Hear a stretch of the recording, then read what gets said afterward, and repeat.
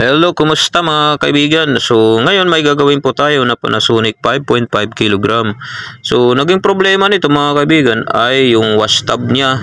Hindi umiikot pag nalalagyan na po ng tubig at saka labahan. So, lalo na po pag may mabigat na po siya na dinadala. So, ayan. So, sinubukan ko siya pigilan mga kaibigan yung wash tub.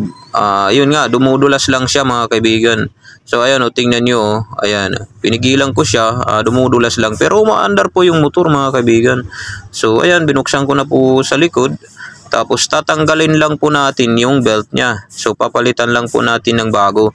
Kung gusto nyo rin naman mag DIY, so panoorin nyo lang to ng buo mga kaibigan at para matuto. So meron kasi mga ganito na pag gumagaralgal na siya mga kaibigan, so ang nagiging problema na niyan yung gearbox niya.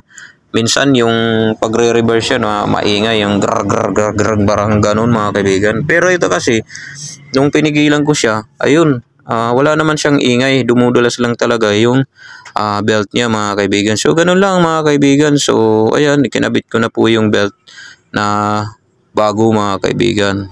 So ayan, so tinisting ko na yan, okay na siya, tapos pinipigilan ko yung wash tub niya, hindi na po siya napipigilan.